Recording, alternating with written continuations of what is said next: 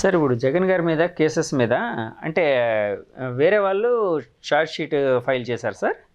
వేరే వాళ్ళు కాదు, అది సిబిఐలోనే మీరు కాదు, మీకు వేరే అధికారులు అధికారులు అంటే ఎస్పీ అంటే అందులో ఇన్వెస్టిగేషన్లో మీరేం భాగం కాలేదు. ఉంటుంది. ఇన్వెస్టిగేషన్లో వాళ్ళు చేసే ప్రతి ఒక్కటి మన దగ్గరకు వస్తుంది, మనం కామెంట్స్ ఇవ్వాలి దాని మీద.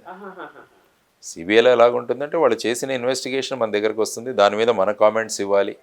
ఆ తర్వాత వాళ్ళు చేసిన ప్రతిపాదనలతో మీరు ఏకీభవిస్తున్నారా లేదా అని, ఏకీభవిస్తే ఎందుకు ఏకీభవిస్తున్నాం, ఏకీభవించకుంటే ఎందుకు ఏకీభవించలేదు అని ఆర్డర్ ఇచ్చి మళ్ళీ సీనియర్ ఆఫీసర్స్కి పంపించాలి. మన దగ్గర ఆగదు అది, డైరెక్టర్ గారి దగ్గర వరకు వెళుతుంది. మధ్యలో అనేక మంది లీగల్ ఆఫీసర్స్ ఉంటారు, ఈ లా ఆఫీసర్స్ ఉంటారు. ఈ విధమైన ఒక స్ట్రక్చర్ ఉంది సిబిఐ. కాబట్టి కేసుల సీరియస్నెస్ని బట్టి ఏ లెవెల్ దాకా ఈ ఫైల్ వెళ్ళాలన్నది కూడా అక్కడ అందరి మాన్యువల్లో ఉంటుంది అనమాట. హైకోర్టు, సుప్రీంకోర్టు నుంచి రెఫరెన్స్ వచ్చిన కేసులన్నీ కూడా డైరెక్టర్ గారి దగ్గరికి వెళ్తాయి. లేకుంటే కొన్ని కేసులు చిన్న చిన్న వాళ్ళ మీద యాంటీ కరప్షన్ కేసులు అయితే అవి ఎస్పీ లెవెల్లోనే అయిపోతాయి. ఇది కోర్టు డైరెక్షన్తో వచ్చింది కదండి జగన్ గారి court direction, majority of the cases court direction నుంచి వస్తాయి. సత్యం స్కామ్ కూడా కోర్టు సత్యం డైరెక్షన్ కూడా అలాగే వచ్చింది. మిగతా మైనింగ్ కేసులు ఇవన్నీ కూడా మోస్ట్లీ కోర్టు నుంచి వస్తాయి. కోర్టులో ఇవన్నీ కోర్టు కేసులు.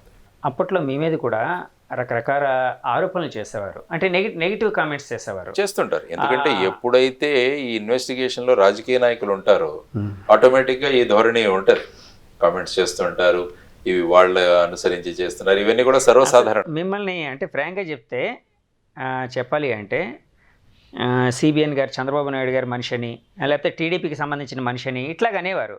అంటే నిజాలు కాదు నేను అంటుంది, అంటే ఇందులో నిజాలు మీరు చెప్పాల్సిందే. అట్ ద సేమ్ టైం నేను అడిగేది ఏంటంటే అప్పట్లో మీ మానసికమైన పరిస్థితి ఎలా ఉండేది సార్? ఇప్పుడు అంటే మీరు ఒక వర్క్ చేసేవారు, మీ సిన్సియర్గా మీ వర్క్ చేసేవారు, ఆ టైంలో ఇలాంటి ఆరోపణలు వచ్చినప్పుడు మీ పరిస్థితి ఎలా ఉండేది? మన కాన్షియస్ క్లియర్గా ఉన్నప్పుడు ఇటువంటి వాటిని పట్టించుకోవాల్సిన అవసరం లేదు. మన కాన్షియస్ క్లియర్గా ఉంది, మనం ఏమి ఈ విధంగా చేయట్లేదని మన కాన్షియస్ క్లియర్గా ఉన్నప్పుడు మనం ఇవన్నీ ఆక్యుపేషనల్ హజార్డ్స్. ఇవన్నీ ఎలక్ట్రికల్ లైన్ మ్యాన్కి షాక్ కొట్టచ్చు, కానీ ఎక్కాలి లైన్. జూలో జంతువులకు ఆహారాన్ని అందించేవాడు బోన్లో లోపలికి దూరాలి. ఇవన్నీ కూడా ఆక్యుపేషనల్ హజార్డ్స్. కాబట్టి పొలిటికల్ కేసెస్ హైకోర్టు నుంచి సుప్రీంకోర్టు వచ్చినప్పుడు ఇటువంటివి జరుగుతుంటాయి. కాబట్టి మన కాన్షియస్కి మనం క్లియర్గా ఉన్నప్పుడు ఇటువంటి వాటి గురించి పట్టించుకోవాల్సిన అవసరం లేదు, ఇవన్నీ జరుగుతుంటాయి. కానీ ఇలాంటి ఆరోపణలన్నీ మీరు పాలిటిక్స్లోకి వచ్చిన తర్వాత ఇంకా ఎక్కువయ్యాయి. అంటే అది పాలిటిక్స్లోకి రావడం అనే దానివల్ల ఇంకా ఎక్కువయ్యాయని భావించవచ్చా సార్? అదేం లేదు, దానికి నేను ఎక్కడ నేను పాలిటిక్స్లోకి రావడం అదేమి ఇట్ ఈస్ ఫ్రీ. నాకేమి పాలిటిక్స్లోకి వీళ్ళెవరు రాకూడదని ఎక్కడ నియమాలు లేవు. సో పాలిటిక్స్లోకి వచ్చాం మనం బేసిక్గా ప్రజలను చైతన్యవంతం చేయడానికి వచ్చిన విషయాలు. కాబట్టి ఎప్పుడైతే ఈ పొలిటికల్ రంగంలో ఉన్న వాళ్ళ మీద ఉన్న కేసులు అయితే ఇవన్నీ కూడా జరుగుతుంటాయి. ఇలాంటివి మామూలు సర్వసాధారణంగా జరుగుతున్న విషయాలు.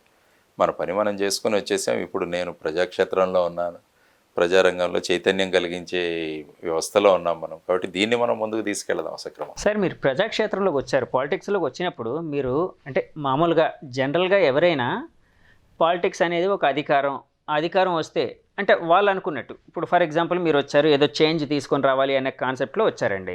అధికారం అనేది వస్తే బాగుంటుంది, ఇంకా ఎక్కువ చేయొచ్చు అనేది ఒకటి ఉంటుంది ఇంటర్నల్గా, బయటకు చెప్పైనా. అలాంటి ఆలోచన ఏమైనా దాంతోనే మీరు ఈ రంగంలోకి వచ్చారంటే? నేను యాక్చువల్గా వాలంటీర్ రిటైర్మెంట్ తీసుకొని వచ్చిన తర్వాత నేను 2 రాష్ట్రాల్లో పర్యటించాను. నేను ఎక్కడ ఏ పార్టీలో జాయిన్ అవ్వలేదు. నేను అన్ని జిల్లాల్లోకి వెళ్ళి అక్కడ సమస్యలు, రైతాంగ సమస్యలు ఇవన్నీ తెలుసుకున్నాను. కానీ అల్టిమేట్గా ఏంటంటే వీటిలన్నిటికీ సొల్యూషన్ సాధించాలంటే మనకు రాజ్యాధికారం అన్నది చాలా ముఖ్యం. సో వీళ్ళ సమస్యలను మనం చిన్న మన ఎన్జిఓస్ వీళ్ళ ద్వారా మనం సాధించవచ్చు, కానీ దాని పరిమితి చాలా తక్కువగా ఉంటుంది. అదే ప్రభుత్వం అన్నది బిగ్గెస్ట్ ఎన్జిఓ అనుకుంటాను నేను. ప్రభుత్వం అన్నది ఎన్జిఓ స్ఫూర్తితో పనిచేస్తే ఈ మిగతా ఎన్జిఓలు అవసరం లేదు అసలు. సో ఆ విధంగా చేయాలంటే రాజ్యాధికారం అంటే ప్రజాస్వామ్యంలో ఎలక్షన్లు. కాబట్టి ఎలక్షన్లో మనం పార్టిసిపేట్ చేయాలి. అప్పుడు కనుక చట్టసభలకు వెళ్ళగలిగితే అక్కడ మనం చట్టాల్లో మార్పులు తీసుకురావచ్చు, కొత్త చట్టాలు తీసుకురావచ్చు, విధి విధానాల్లో మార్పులు తీసుకురావచ్చు. ఈ ఉద్దేశంతో రావడం జరిగింది. అట్ ది సేమ్ టైం చైతన్యవంతమైన సమాజాన్ని కూడా తయారు చేయాల్సిన అవసరం ఉంది. కాబట్టి ఆ ధోరణిలో దీంట్లోకి రావడం. అంటే అధికారమే పరమావధి అనేది లేదండి మీ దృష్టిలో, లేదా పాలిటిక్స్లోకి వెళ్ళినప్పుడు? ఖచ్చితంగా అధికారం ఉంటే ఇంకా ఎక్కువ చేయగలం, దెర్ ఈజ్ నో డౌట్. ఇప్పుడు కూడా మనం చైతన్యవంతం చేస్తాం, కానీ అల్టిమేట్గా అక్కడ శాసనసభల్లోనూ చట్టసభల్లో కూర్చుంటే దాని ప్రభావం వల్ల ప్రజలు బాగుపడతారన్నది ముఖ్యమైన అంశం. కాబట్టి ఎప్పుడైనా రాజకీయాల్లో వచ్చిన వాళ్ళు ఎవరైనా కూడా శాసనసభల్లో కానీ అక్కడ లోక్సభలో కానీ పార్లమెంట్లో కానీ ప్రవేశించాలని అనుకుంటారు. కాబట్టి ఇక్కడ ప్రవేశించిన వాళ్ళు మినిస్టర్లు కావాలని, మినిస్టర్లు అయిన వాళ్ళు ముఖ్యమంత్రి కావాలని, ఇవన్నీ కూడా ఇది కూడా పొలిటికల్ హైరార్కీలో ఉన్నదే. సో ఆ విధంగా ఉంటేనే మనం ఏదైనా ప్రభావం చూపించగలం. మీరు అంటే మళ్ళీ బ్యాక్ టు జగన్ గారి కేసెస్కి వస్తే, కేసుల గురించి ఇప్పుడు నేను మాట్లాడిన, ఎందుకంటే ఆ రోల్ అయిపోయింది నాది. ఇప్పుడు మీరు ఏమైనా అడగాలంటే ప్రస్తుతం సిబిఐ వాళ్ళని అడగాలి, ఎందుకంటే అది ప్రొఫెషనల్ కూడా ఇట్ ఈస్ నాట్ కరెక్ట్. కేసులు నేను ఇంతకుముందు చెప్పినవి ఓవరాల్ విషయాలు చెప్పాను, కానీ కేసులకు వెళ్ళి వాటి డీటెయిల్స్ చెప్పడం అది ప్రొఫెషనల్ కూడా ఇట్ ఈస్ నాట్ కరెక్ట్.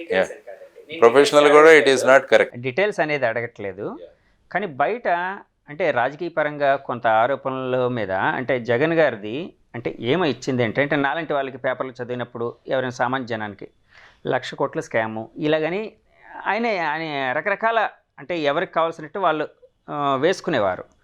అందులో నిజం ఎంత అనేది మా ఎవరికి తెలియదు, సామాన్య జనానికి తెలియదు. నిజంగా ఎంత స్కామ్ జరిగింది ఏంటి అనేది ఎవరికి తెలియదు. అంటే అందులో డైరెక్ట్గా ఇన్వాల్వ్ అయ్యారు లేదో అది సిబిఐ తెలుస్తుందండి, అంటే కోర్టులు తెలుస్తాయి, అదంతా తర్వాత విషయం. కానీ ఆ నెంబర్ ఎంత సార్? 1,00,000 అన్నది ఉంది కాస్త, అది ఎంత నెంబర్ అండి? ఇప్పుడు ఎలా ఉంటుందంటే ఒక మార్కెట్ వాల్యూ ఒకటి ఉంటుంది, మామూలు రిజిస్టర్డ్ వాల్యూ ఒకటి ఉంటుంది. మీరు ఒక భూమి ఏదైనా తీసుకుంటే దాని విలువ మీరు స్టాంపుల్లో చూస్తే 1,00,000 ఉంటుంది, స్టాంప్ డ్యూటీ దానికే కడతారు. కానీ అదే మీరు మార్కెట్లో చూస్తే అది 40 లక్షలు 50 లక్షలు కూడా చేస్తుంది. కాబట్టి ఈ ప్రాపర్టీస్ని అంతా కూడా మేము తీసుకున్న దృష్టిలో కేవలం రిజిస్టర్డ్ వాల్యూసే తీసుకుంటారు. దాన్నే మార్కెట్ వాల్యూ చేస్తే దాని వాల్యూ పెరుగుతూ పోతూ ఉంటుంది అనమాట.